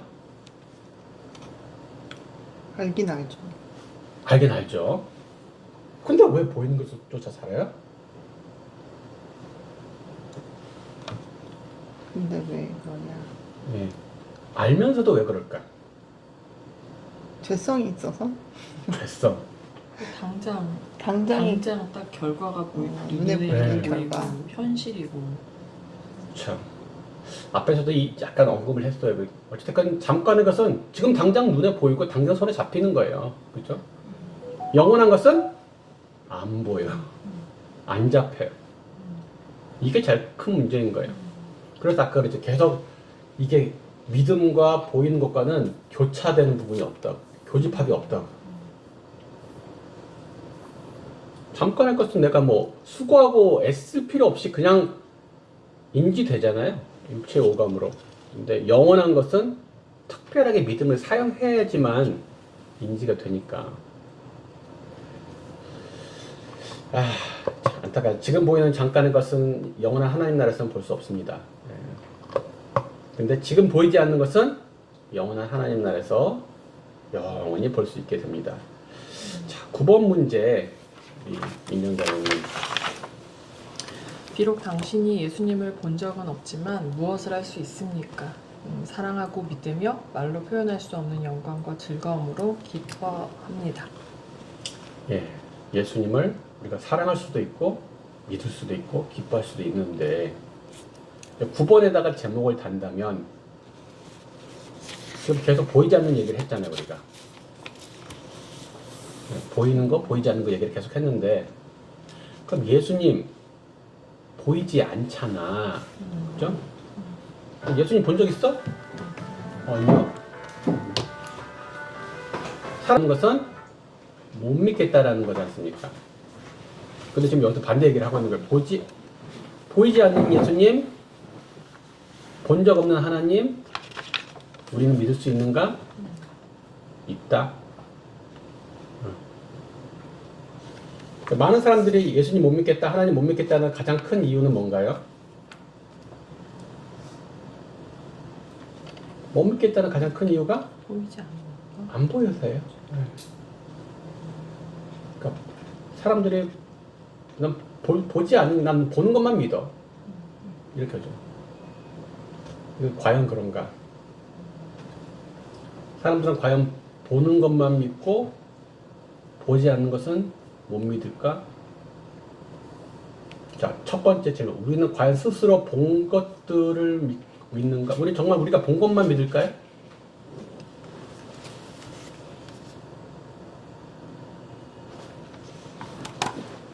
이순신 장군이 하객진으로 일본 왜군을 무찌른 거 보셨어요? 세종대왕이 한글 창제하는 거 보셨냐고? 다 믿고 있는데 또 요즘은 우주의 탄생, 진화 보지도 않았으면서 믿어요. 왜 믿어요? 교과서에 실렸으니까. 뉴스에 나왔으니까. 네. 우리는 스스로 보거나 경험하거나 검증하지 않고도 사실 엄청나게 많은 것들을 믿고 있어요. 그러니까 난 본 것만 믿어. 그 말은 사실은 안 맞아요. 그럼 역으로, 그럼 보면 다 믿나? 본 건 다 믿을까요? 우리 막 어떤 뭐 천국 체험을 했다는 무슨 뭐 특별한 경험을 한 사람들 막 부러워하잖아요. 부럽다. 나도 저런 체험 했으면, 나도 저런 거 봤으면, 나도 보기만 하면 진짜 잘 믿을 텐데.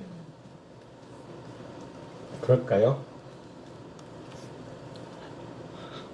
자, 예수님 당시에 예수님을 직접 본 사람들은 다 예수님을 믿고 사랑했나요? 아니요. 아니죠. 역사의 일에 한 번밖에 없었던 홍해의 기적을 경험한 이스라엘 사람들은 하나님을 아주 잘 믿었죠. 3일 만에 까먹잖아요. 네. 네. 하나님을 그 위대한 하나님을 경험했지만은 3일 뒤에 물이 없으니까 눈앞에 물이 없으니까 바로 그 믿음은 사라졌습니다. 그렇죠? 어제 눈으로 기적과 환상을 봤어도 오늘 눈앞에 어려움이 닥치면 어제 본 걸 다 잊어버려요. 그래서 예수님이 하신 말씀이 보지 않고 믿는 게 복이다 라는 말씀하신 거예요. 보이는 것을 따라 사는 인생의 특징이 뭐냐? 지금 보이는 것만이 중요한 거예요. 지금. 어제 본 거, 내일 볼 거는 중요하지 않아요. 지금 보이는 것만이 영향을 미치는 거죠. 어제 예수님 봤고 내일 예수님 오실 거야. 그래도 오늘 안 보이면 소용이 없어요.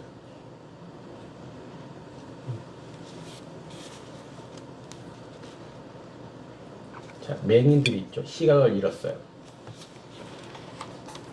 세상은 총천연색 컬러풀한데 그 사람들에게 세상이 총천연색이 있습니까? 없습니까?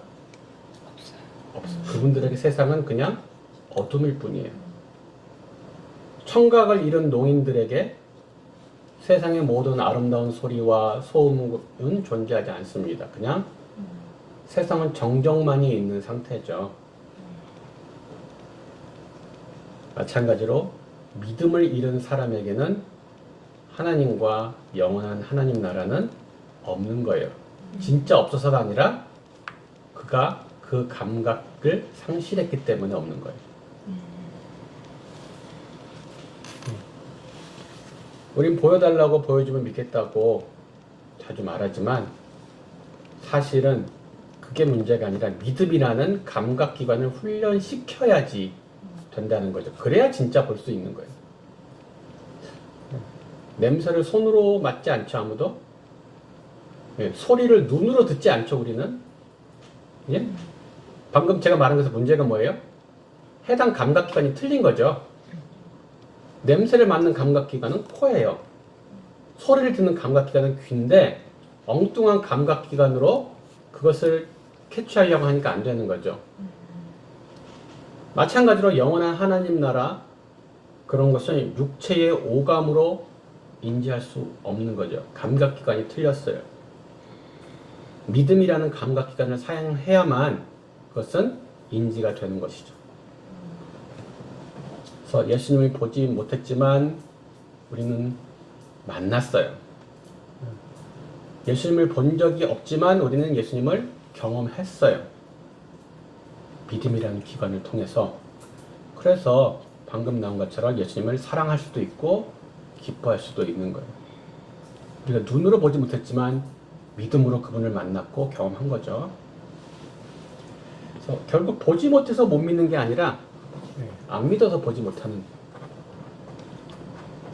그래서 이 훈련이라는 것을 생각해 보면 예를 들어 소리를 생각해 보면 일반인들은 소리가 목에서만 나요. 그래서 우리의 소리는 한계가 있어요. 제 딸이 뭐 뮤직 한다고 막 계속 막 집안에서 꽥꽥거리고 노래를 부른단 말이에요. 걔가 계속 가서 배우는데 그 소리를 훈련한 성악가들, 가수들은 흉성도 있고 비성도 있고 두성도 있어요. 저는 그런 게 존재한다는 얘기는 들어봤지만 저는 그걸 사용할 줄 몰라요. 오로지 생목으로. 네.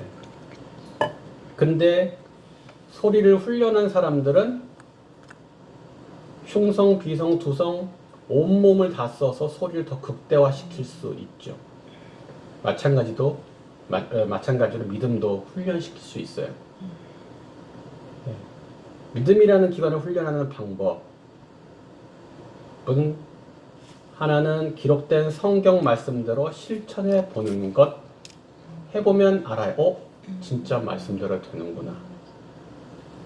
두 번째는 성경 말씀을 믿고 기도해 보는 것. 진짜 되네. 아까 아브라함의 믿음이 그냥 생긴 게 아니라 하나님에 대한 경험치가 누적되면서 생긴다고 했잖아요. 우리가 하나님에 대한 경험치가 누적되는 가장 대표적인 루트 두 가지가 그거예요. 말씀대로 진짜 해보는 것. 제가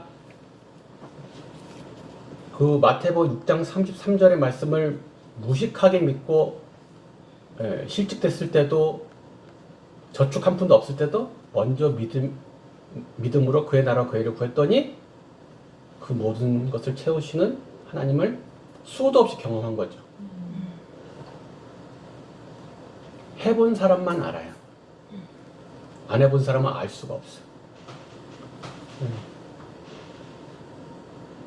저는 기도할 때 우리나라 소방대원의 처우 개선을 위해서도 기도했거든요. 지난번 부산에 모임에 있는 우리 소방관 형제님이 있는데 그분하고 만나서 얘기할 때 제가 그걸 위해서 기도했습니다 얘기했더니 진짜 요즘 소방관 처우 많이 좋아졌어요, 옛날에 비해서. 그럼 난 그걸 기도를 안 하는, 소방관 처우 개선을 위해서 기도를 안 한 사람과 한 사람은 하나님에 대해서 경험한 게 다른 거예요. 그래서 믿음이 그렇게 되면 계속 강화되는 것이죠. 그 뒤에 보면 이제 외워쓰기가 있고 적용이 있는데 당신의 삶 가운데 보는 것으로 행하는 영역을 하나 적어보십시오. 적기 엄청 많이 나오겠죠. 내가 보는 것으로 행하고 있는 거. 근데 이제 중요한 건 그 다음이에요. 이 영역에서 어떻게 믿음으로 행할 수 있습니까? 라는 것에서 이 적용에 주의사항이 있어요. 아까 말씀드렸듯이 믿음은 근거가 있어야 된다고 그랬잖아요. 네. 근거되는 말씀 없이 그냥 긍정적인 희망사항을 믿음으로 오해하고 적용하면 안 된다는 거예요. 앞에서 얘기했죠. 믿음은 긍정의 힘이 아니라고. 그러니까 어떻게 믿음을 행할 수 있습니까? 를 하기 위해서는 그 적용을 하기 전에, 그 믿음에 적용하기 전에 근거된 말씀을 먼저 찾아내야 된다는 것이죠. 그래서 하나님이 이런 속성을 가지신 분이시니까 나는 믿어도 되겠구나. 아니면 하나님이 이런 약속을 하셨으니까 나는 믿어도 되겠구나. 그러니까 먼저 나와야지 믿음을 갖고 실천을 하든 믿음을 갖고 기도를 하든 하는 것이죠. 그러니까 뭐 전형적인 잘못된 예가 병든 환자가 있는데 하나님께서 낫게 해주실 거를 믿고 기도한다. 아닐 수 있어요. 근거가 없어요. 제가 그때 억울한 부당한 해고를 당할 거라는 얘기가 회사 내 돌았을 때 주변에서 홍교님 걱정하지 마세요. 하나님께서 지켜주실 거예요. 그건 긍정힘이지 근거가 없어요. 우리 다 같이 열심으로 기도했지만 해고됐어요. 하나님 형제님 절대 추방되지 않을 거예요. 하나님께서 보호하실 거예요. 하나님이 형제님을 보호하지 않으시면 누굴 보호하시겠어요? 긍정의 힘이지 근거는 없어요. 해고도 당하고 추방도 됐잖아요. 그러니까 그런 식으로 믿음으로 적용하면 안 된다는 거죠. 자, 오늘 서머리를 하면 좋겠으나 또 뒤에 빨리 가실 분이 계시니까 서머리는 다음번에 하는 걸로 하고, 그러나 실제로 여러분이 공부를 인도하실 때는 서머리를 꼭 해보시는 걸로. 자, 오늘 여기까지 하겠습니다.